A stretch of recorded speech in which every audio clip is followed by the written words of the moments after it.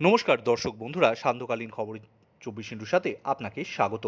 12 round গণনার পর মমতাই এগিয়েছিলেন, এরপর সব বদলে যায়। হাইকোর্টে মমতা বন্দ্যোপাধ্যায় করা মামলায় এমনই সওয়াল করলেন আইনজীবী কল্যাণ বন্দ্যোপাধ্যায়। মঙ্গলবার ভবানীপুর ফলাফল সংক্রান্ত মামলায় শুনানিতে কল্যাণ আর্জি জানান, যত দ্রুত এই মামলার নির্দেশ দেয় হাইকোর্ট, দ্রুত হয় নিষ্পত্তি। শুনানি শেষে এদিন ভবানীপুরে গণনা কেন্দ্রের যাবতীয় সিসিটিভি ফুটেজ সংরক্ষণের নির্দেশ দেন বিচারপতি গৌরাঙ্গ কান্ত। কোন অভিযোগে এই মামলা করা হয়েছে? 2026-এ ভবানীপুর কেন্দ্রে শুভেন্দু অধিকারীর কাছে হেরে যান মমতা বন্দ্যোপাধ্যায়। ওই কেন্দ্রে 15,105 ভোটের ব্যবধানে জয়ী হয়ে মুখ্যমন্ত্রী হয়েছেন শুভেন্দু অধিকারী। সেই ফলাফলকে চ্যালেঞ্জ করে মামলা করেন মমতা। নির্বাচনে কারচুপির অভিযোগ তুলেছিলেন তিনি। মঙ্গলবার ছিল সেই মামলার শুনানি।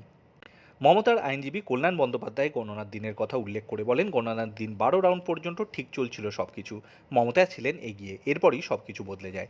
তৃণমূল এজেন্টদের মারধর করা হয়, বের করে দেওয়া হয়। কেন্দ্রীয় বাহিনী সেই কাজে বিজেপির এজেন্টদের সাহায্যের কাজ করে। 13 রাউন্ড থেকে অস্বাভাবিকভাবে সব বদলে যায়। সিসিটিভি ক্যামেরায় সমস্ত কিছু রেকর্ড আছে। রিটার্নিং অফিসারকে নিয়েও অভিযোগ দায়ের করা হয়েছে। আইনজীবী কল্যাণ এদিন আরও দাবি করেন, ভবানীপুরের রিটার্নিং অফিসার, যিনি নন্দীগ্রামের ইলেকশন অফিসার ছিলেন, তাকে নিয়ে আপত্তি থাকা সত্ত্বেও তাকেই রিটার্নিং অফিসার হিসেবে রাখা হয়।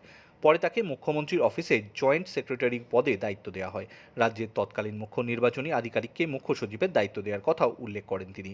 সূর্যনীল ও মমতা বন্দ্যোপাধ্যায় আরও এক কাউন্টিং এজেন্টকে মারধর করা হয় বলে অভিযোগ তুলেছেন কল্যাণ। তার দাবি, জেনারেল অবজারভারকে কখনো কোনো কাজ করতে দেওয়া হয়নি। মমতার তরফে আইনজীবী অন্তর্বর্তী নির্দেশ দেওয়ার আবেদন করেন। সিসিটিভি ফুটেজ সংরক্ষণ এবং ইভিএম সংরক্ষণের আর্জিও জানান।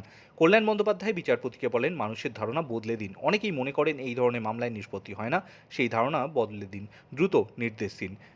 অব্রদাসীর রিপোর্ট, খবর 24x7।